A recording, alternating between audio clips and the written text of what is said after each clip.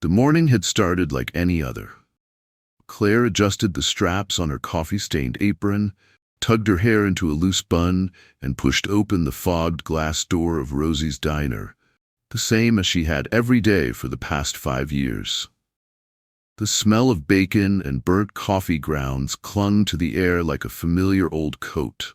Regulars filled their usual booths, heads bent over greasy menus and morning papers, while the radio played some old country song nobody really listened to. She smiled out of habit, pouring coffee into chipped mugs and exchanging small talk with truckers and tired nurses on night shifts. It was the kind of place where everyone knew your name, or at least what you usually ordered.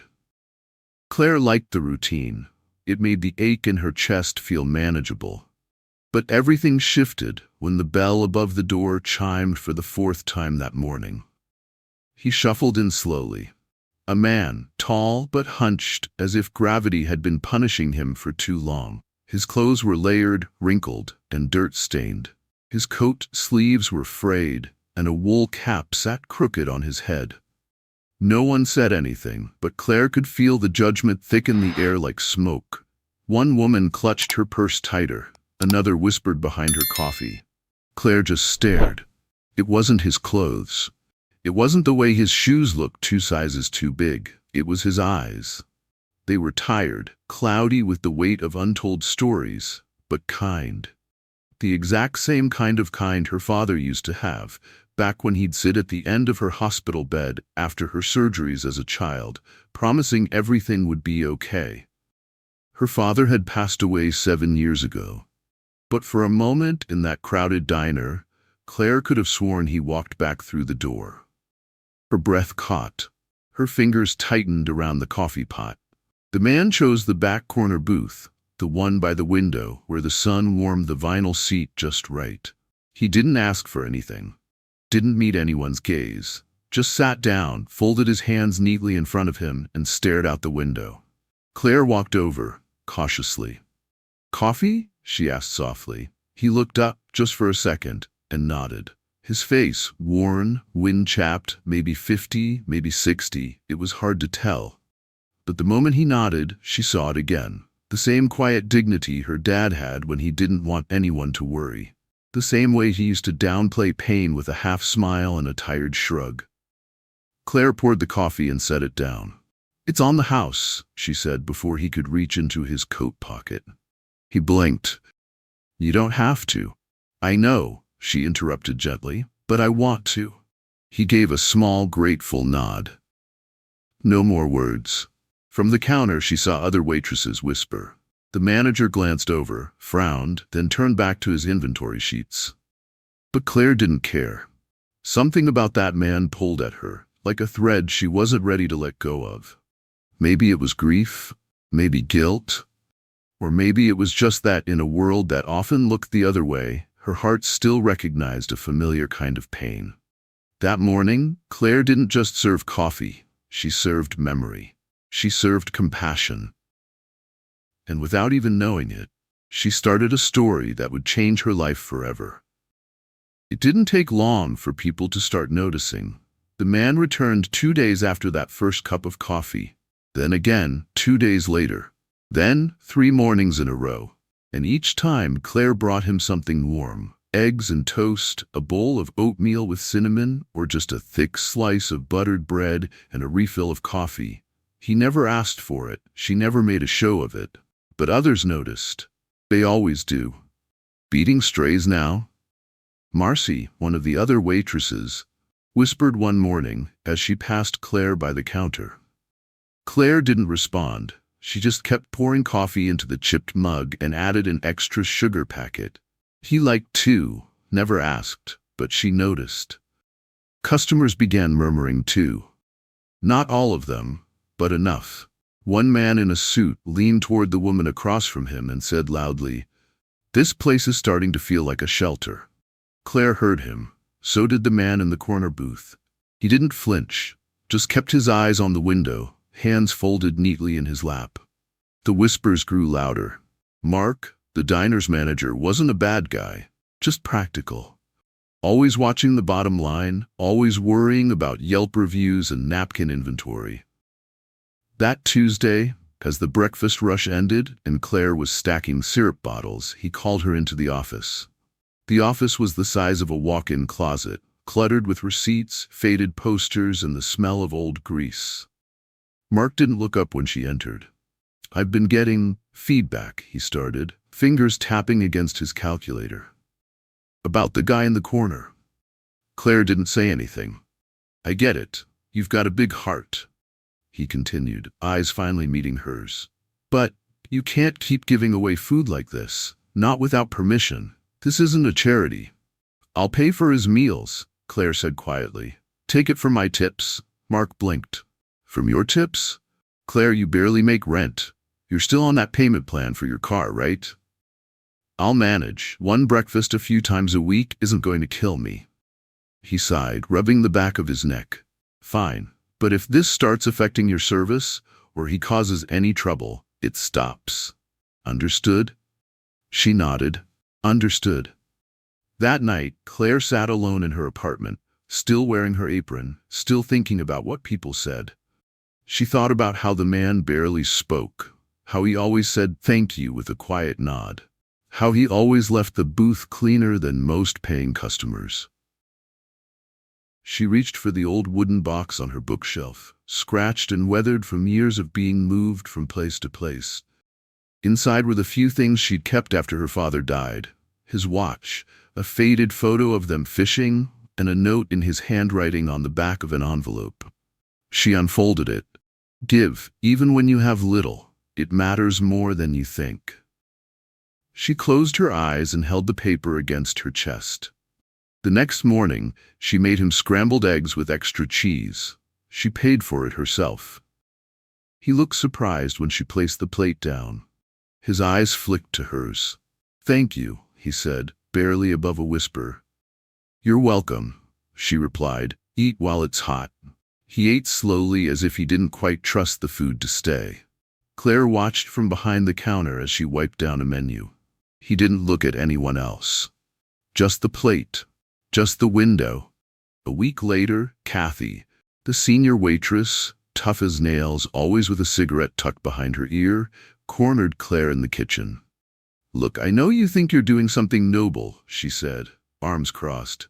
"But people like him, they vanish. One day he'll just stop showing up, and you'll be left wondering why you bothered." Claire didn't answer at first. She washed her hands slowly, eyes fixed on the soap swirling in the sink. "I used to wonder that too," she finally said. "Why my mom used to pack an extra sandwich in my lunch when we barely had enough. She always said the same thing: kindness doesn't need a receipt."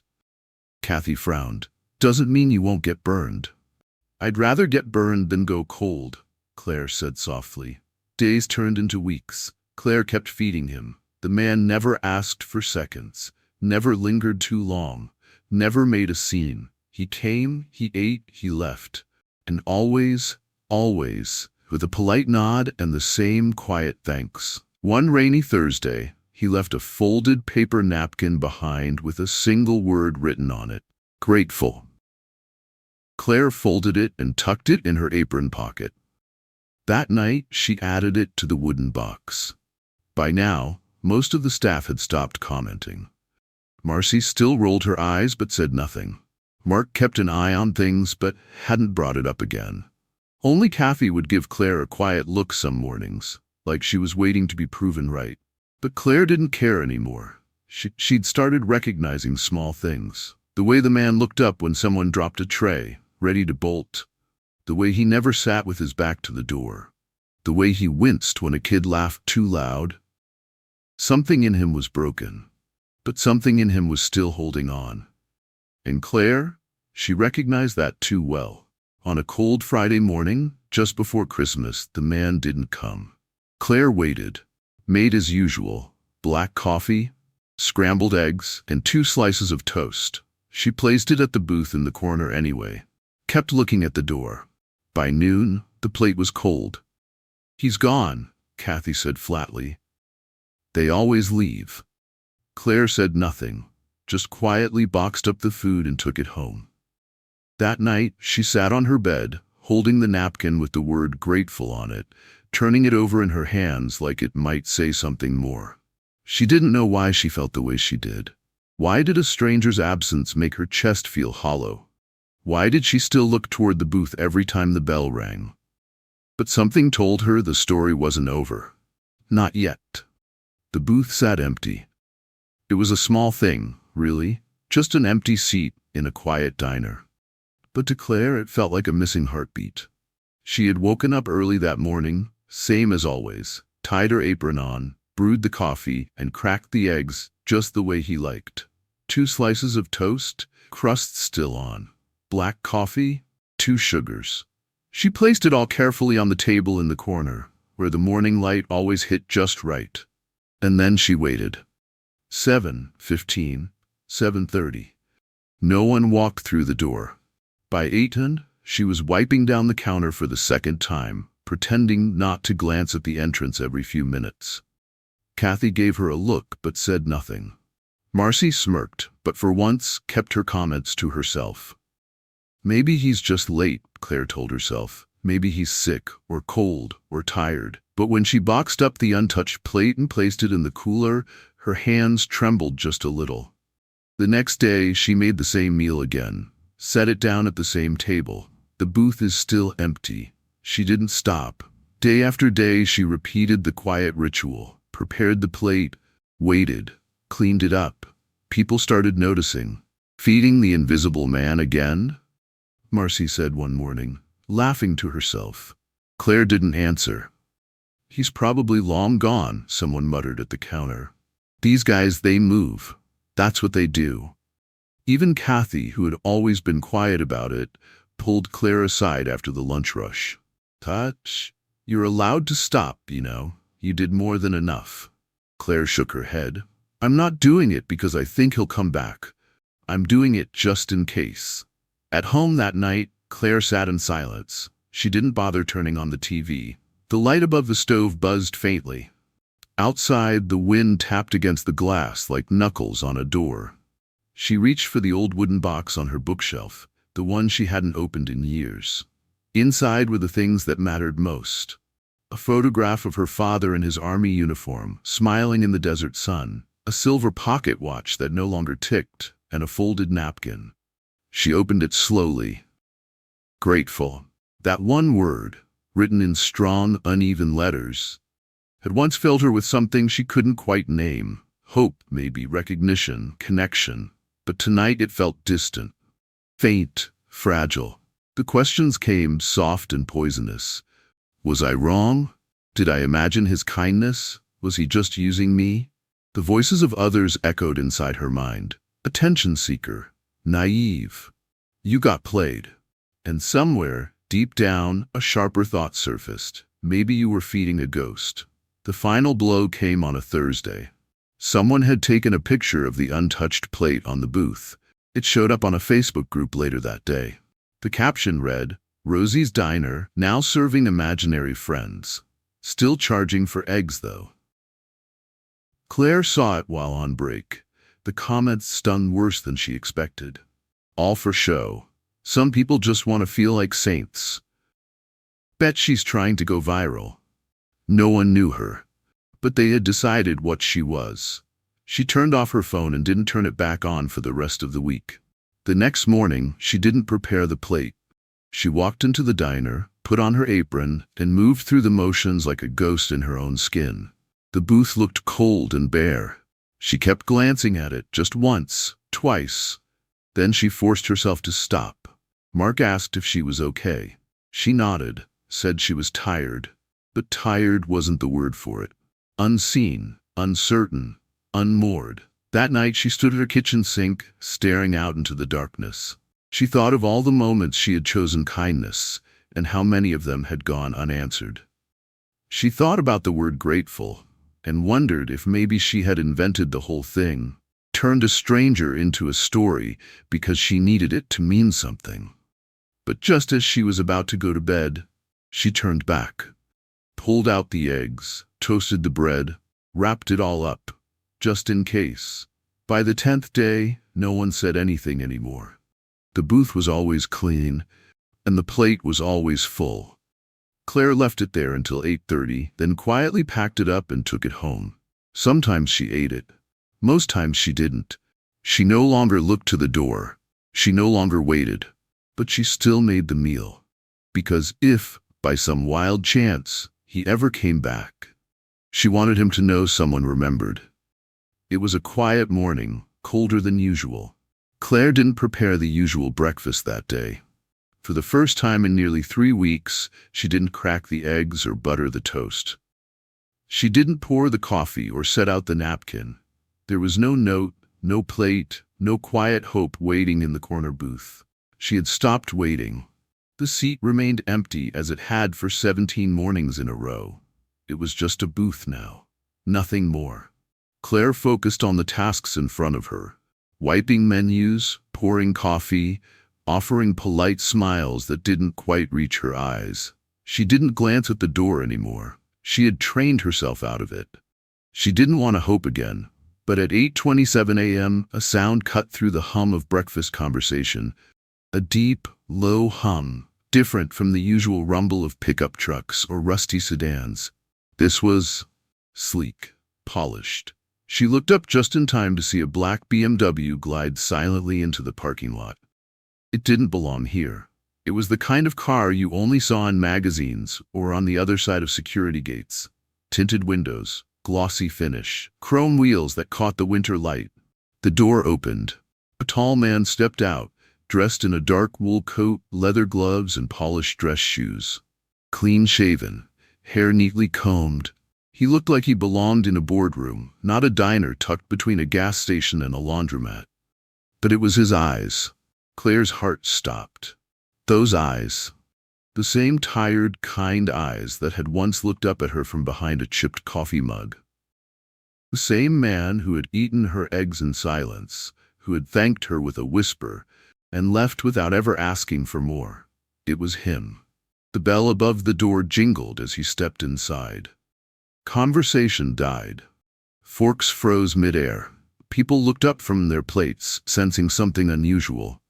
The man scanned the diner with calm precision before his gaze landed directly on her. He walked forward. Claire stood frozen behind the counter, still holding a coffee pot in one hand. He stopped just in front of her. "Are you Claire?" he asked, voice smoother, more commanding than she remembered, but unmistakable.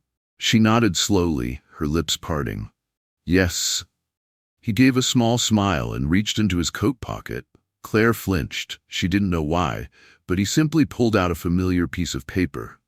A napkin. He unfolded it, showed her the single word written across it in blocky, patient handwriting. Grateful. Claire's breath caught in her throat. The same napkin. The same word he had left behind all those mornings ago.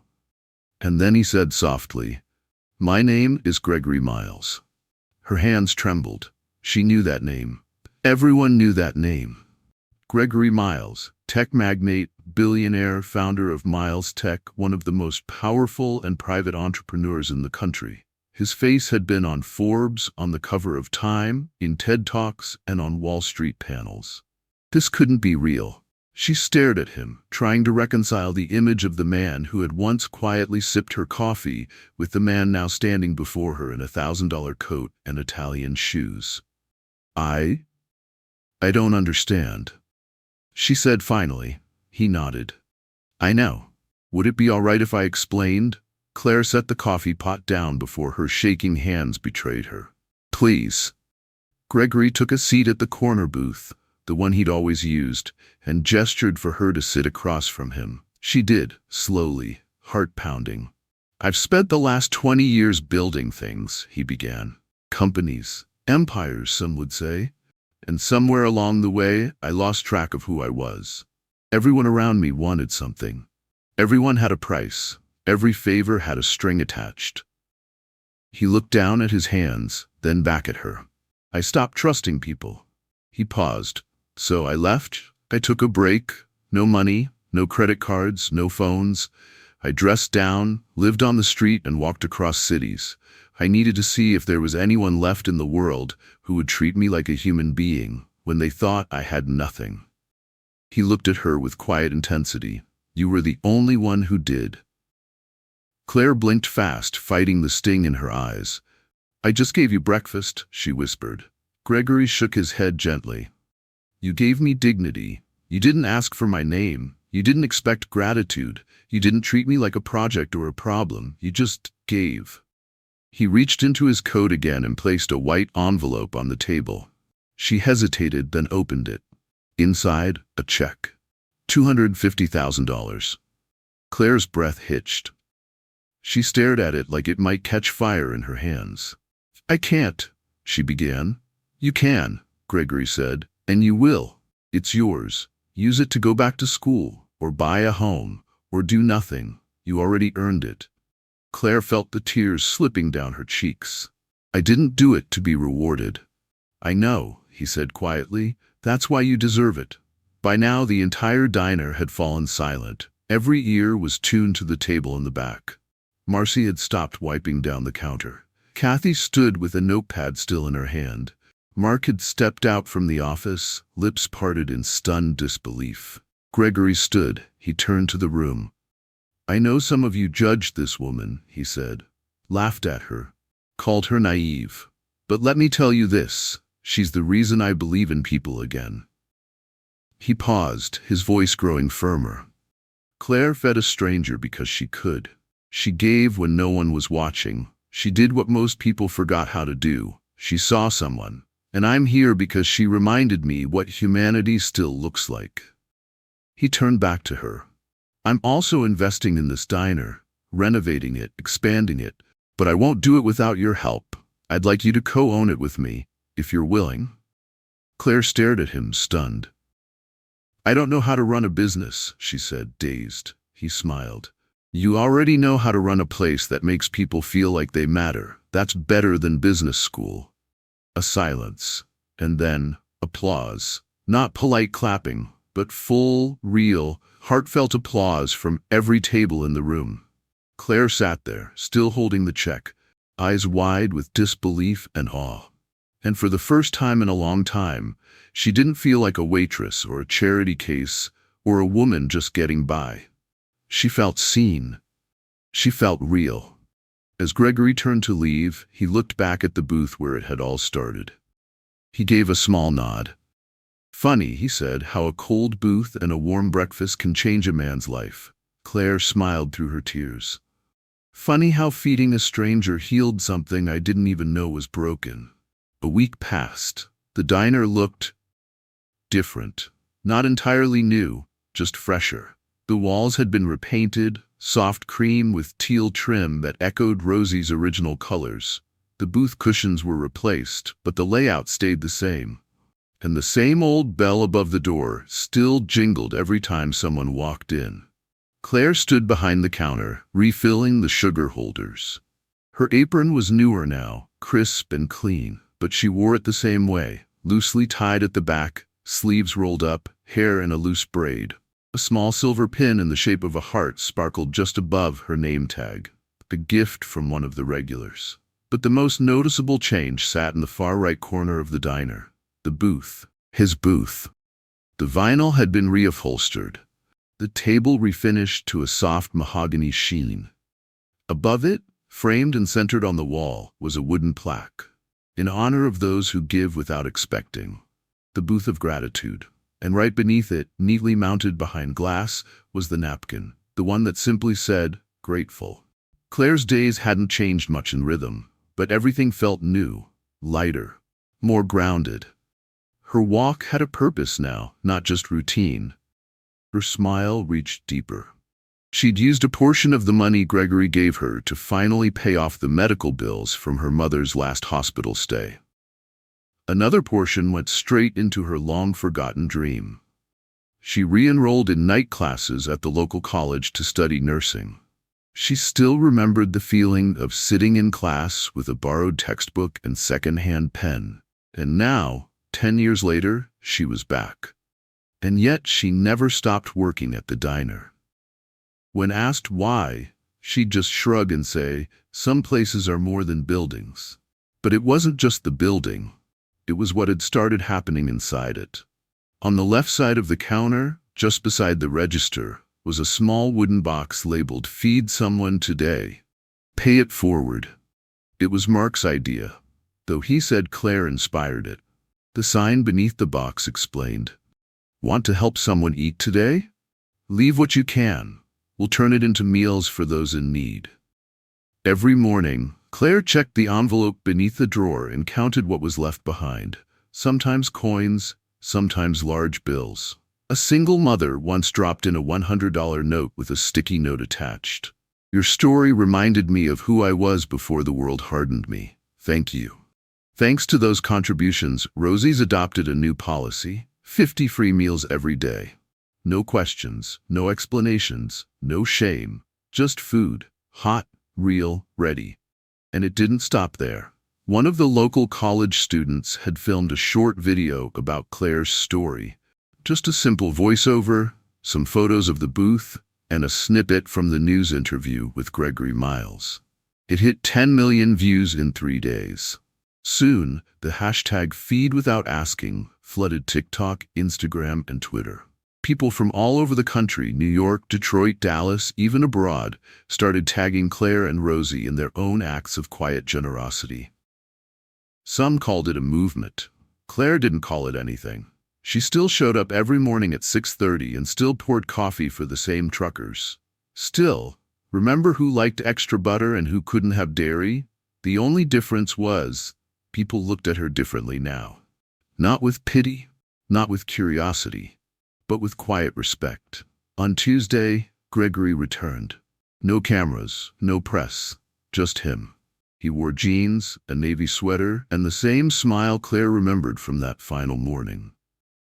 He ordered coffee. Sat at the counter this time.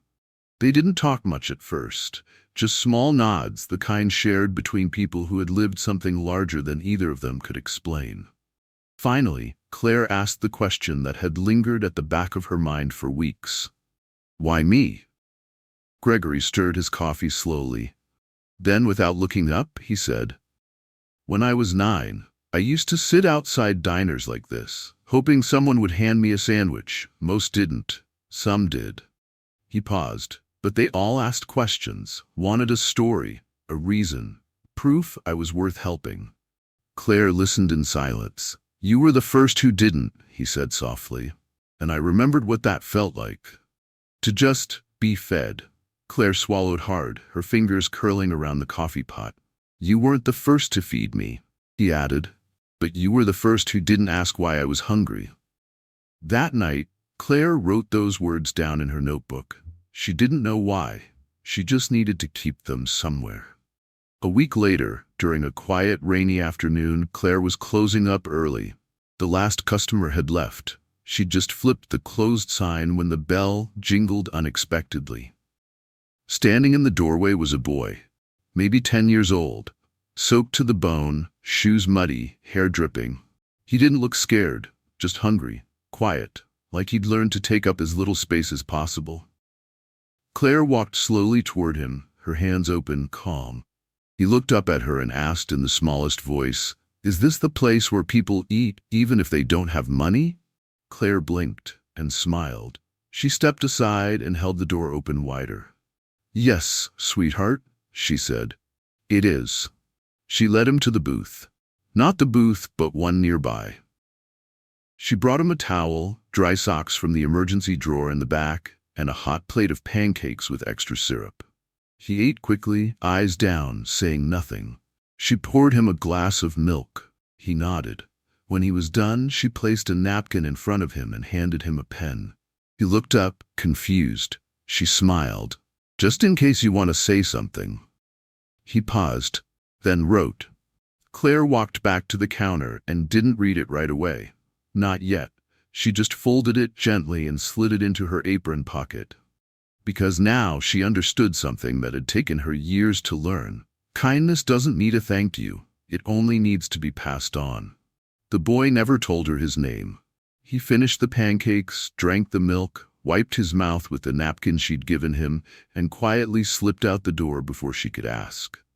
Claire found the napkin left behind on the table, folded once, tucked neatly under the edge of the plate. No grand gestures, no final look back. just silence. She opened the napkin slowly, unsure of what she'd find. In small, uneven handwriting were 4 words.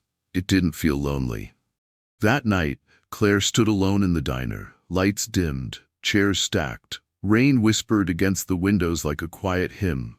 She looked at the napkin in her hand, and then at the wall behind the counter, where dozens of napkins, notes, thank you cards, and tiny scribbles from strangers now hung in a growing collage of gratitude.